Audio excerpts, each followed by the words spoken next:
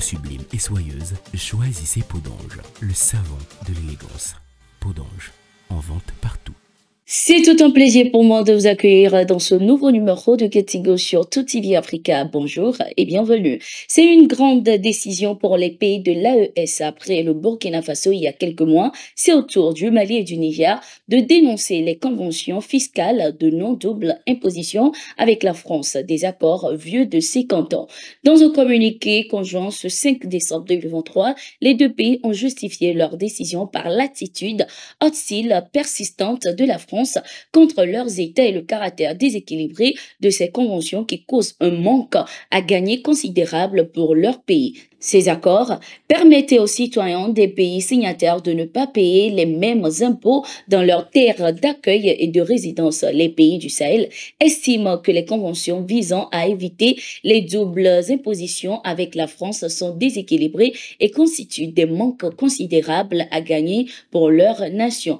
À l'entrée en vigueur de ces dénonciations dans 3 mois, les Français et les multinationales françaises paieront au Mali et au Niger les impôts sur les revenus gagnés dans ces deux pays. Selon l'agence d'information du Burkina Faso, le gouvernement burkinabé, qui avait dénoncé ces accords en août dernier, a indiqué que sa décision de dénonciation a mis fin à d'importantes pertes de revenus subies pendant de nombreuses années.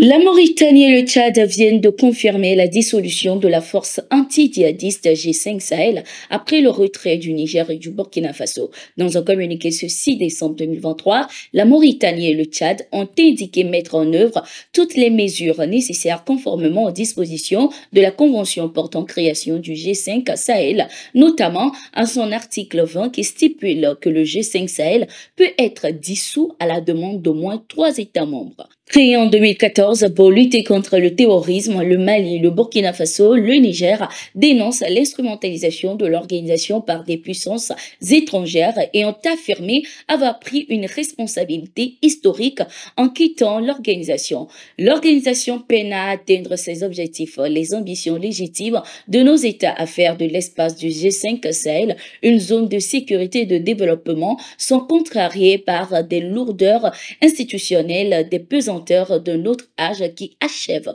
de nous convaincre que la voie de l'indépendance et de la dignité sur laquelle nous sommes aujourd'hui engagés est contraire à la participation au G5 Sahel dans sa forme actuelle. Le G5 Sahel ne saurait servir les intérêts étrangers au détriment de ceux des peuples du Sahel, encore moins accepter le dictat de quelque puissance que ce soit au nom d'un partenariat dévoyé et infantilisant qui nie le droit à la souveraineté de nos peuples et de nos États, ont indiqué le Niger et le Burkina Faso ce 1er décembre 2023 dans leur communiqué conjoint.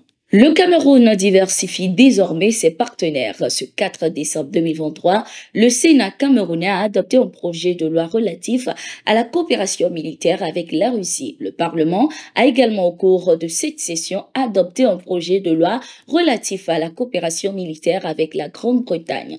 Le texte soumis aux parlementaires vise à renouveler l'accord militaire entre les deux pays pour les 5 prochaines années. Désormais, le président camerounais pourra promulguer les 2 textes et produire l'acte de ratification. Ces différents partenariats entre les 2 États et le Cameroun prévoient la formation conjointe, l'entraînement des forces sur le génie, la santé, la topographie militaire, l'échange d'expériences sur les opérations de maintien de la paix et sur le terrorisme, entre autres.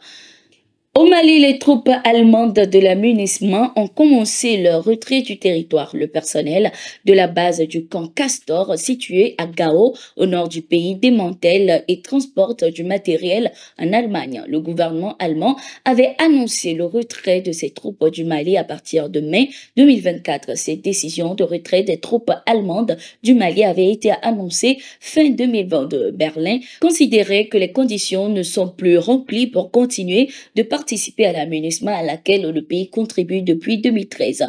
Le gouvernement de transition malienne, de son côté, a, à travers son ministre des Affaires étrangères Abdoulaye Diop, demandé le 16 juin 2023 devant le Conseil de sécurité de l'Organisation des Nations Unies le départ de la mission onusienne MINUSMA du Mali. Un drone de l'armée nigériane a tragiquement tué au moins 85 civils lors d'une fête ce dimanche dans le village de Tundunbiri, situé dans l'état de Kaduna, au nord-ouest du Nigeria. L'attaque a été qualifiée de fiasco majeur pour l'armée et a suscité l'indignation à l'échelle nationale. Le président Bola Tinubu a réagi en ordonnant l'ouverture d'une enquête immédiate après les aveux de l'armée qui a admis que le drone avait accidentellement frappé le village pendant que les habitants célébraient une fête musulmane.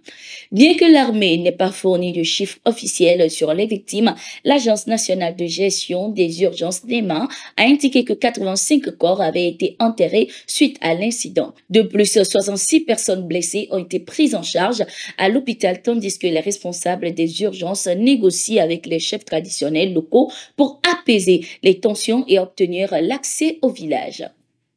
C'était tout pour l'édition de ce jour. Merci d'être resté avec nous. Nous sommes en continu sur nos différentes plateformes et sur notre site d'information, le www.toafrica.com.